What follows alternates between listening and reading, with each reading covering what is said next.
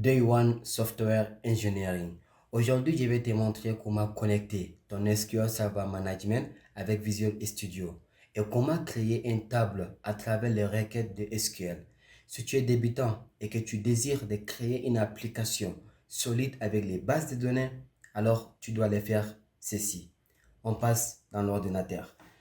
Eh bien, premièrement, ce qu'on doit faire, on doit lancer notre application SQL Server Management dans laquelle tout le travail doit être opéré. Alors, SQL Server Management, on doit les lancer. Une fois lancé, maintenant on va créer premièrement les bases de données, genre les databases, on doit créer. Et après, on va partir dans les queries. Voici notre SQL Server Management a été lancé. La première des choses est tellement importante de retenir, c'est de choisir un nom dans lequel ton PC doit accepter. Moi, le plus souvent, j'utilise localhost. Donc, c'est tellement important lors des connexions avec Visual Studio. Tu dois vraiment retenir les noms que tu avais mis ici. Alors, on doit connecter ici.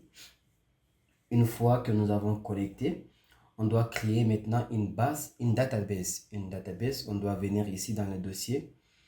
Alors, maintenant ici, on doit choisir une database, on doit la créer. Moi, je vais prendre le nom test database, peu importe. Test database. Test database. Voici ce que je vais choisir. Maintenant, on va cliquer sur Enter. Voici notre base de données a été créée. Du coup, maintenant, on va créer un query dans lequel on doit passer les requêtes de notre tableau. Parce que j'ai bien mentionné qu'on doit créer un tableau aussi. Alors, ici, on doit le faire automatiquement. C'est pourquoi j'avais dit, il est tellement facile et rapide. Avec les requêtes, on va venir ici, on doit créer. Ça, c'est les requêtes automatiques. Mais si tu désires d'aller manuellement, aussi c'est possible. Alors, ici, pour un peu d'explication et d'éclaircir, ici, on doit mettre les noms. Ça va porter user ou par exemple administrator, customer, peu importe. Ici, le deuxième, les ID, ça va être le premier key. Les premiers keys. Et ici, nous allons mettre les noms, l'email et après, create database avec les temps dans lesquels les clients avaient entré ces informations. Pour plus d'approfondissement à ces parties, n'hésite pas à me dire dans les commentaires, je vais expliquer un peu en profondeur. Alors ici, pour ne pas beaucoup parler, je vais taper sur exécuter. Exit, ou soit tu peux directement taper dans F5, aussi ça passe. Maintenant, on doit venir ici dans les tables pour voir notre user a été créé ou pas. Ici, nous avons déjà les users, ça a été déjà créé. Et si tu désires créer aussi un autre, par exemple pour le customer, ok.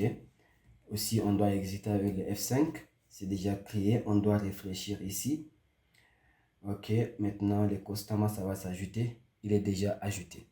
Alors, du coup, on a déjà créé notre table nécessaire pour la connexion à notre projet dans lequel on crée dans Visual Studio. Et là, ça va nous faciliter après de se connecter et puis lancer notre projet et faciliter l'utilisation de notre customer, de notre client qui vont utiliser notre projet. Pour ne pas beaucoup perdre du temps, on doit venir dans Visual Studio. Alors là ici, pour connecter notre SQL Server Management avec Visual Studio, on doit venir dans Tools. On doit venir ici Connect to Database. Alors ici, j'avais dit au début, j'ai mentionné que tu dois te rappeler les noms du serveur que tu avais choisi. Ici, on doit prendre localhost. Et ici, on doit venir dans Trust. Ici, c'est juste pour donner la confirmation à Visual Studio que notre serveur est déjà sûr. On peut donner ici comme les certificats à notre serveur. Du coup, une fois maintenant cliqué, on doit venir ici. Et maintenant, on a toute notre base de données, à notre database. Moi, j'en ai plusieurs parce que je travaille sur des projets. Alors, une fois maintenant, on doit venir dans notre test database, ce que nous avons créé avant. J'ai pris test database ici. Et maintenant, on va tester avant d'aller confirmer. Voilà, voici notre message, test connection success. Alors, on va maintenant venir dans OK. Une fois c'est bon, comme vous le voyez, on a déjà notre présence de SQL Server a été déjà connectée dans Visual Studio. Et pour ce faire, on va vérifier dans les tables. Ici, nous avons Customer et puis User. Et ici, pour aller en profondeur, dans Customer, nous avons ajouté dans dans SQL Server Management, nous avons mis les ID ici, les names, les emails et puis le create add. C'est ce que nous avons fait. Et maintenant, on a déjà créé. Allez, peace.